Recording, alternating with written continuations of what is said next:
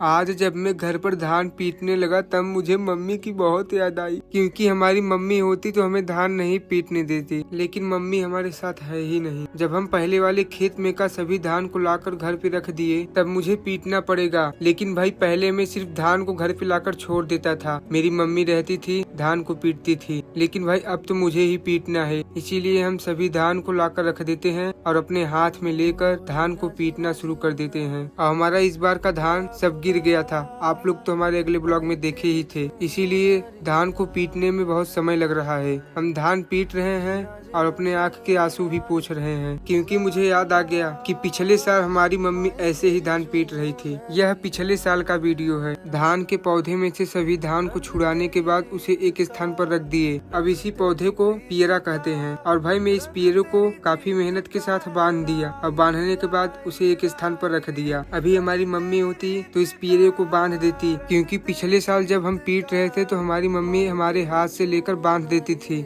Mummy के छूट जाने के बाद अब हमें हर साल ऐसे ही काम करना पड़ेगा। और भाई हम कठिन मेहनत करने के बाद सभी धान को पीट ही दिए, और जब धान को हाथ में लेकर देखते हैं तब मुझे बहुत रोना पड़ा कि हमारी मम्मी हम लोग के लिए इतना मेहनत करके चली गई, लेकिन हम लोग मम्मी के लिए कुछ नहीं कर पाए। मम्मी तुम हम लोग को इतना जल्दी क्यों छोड़कर चली गई?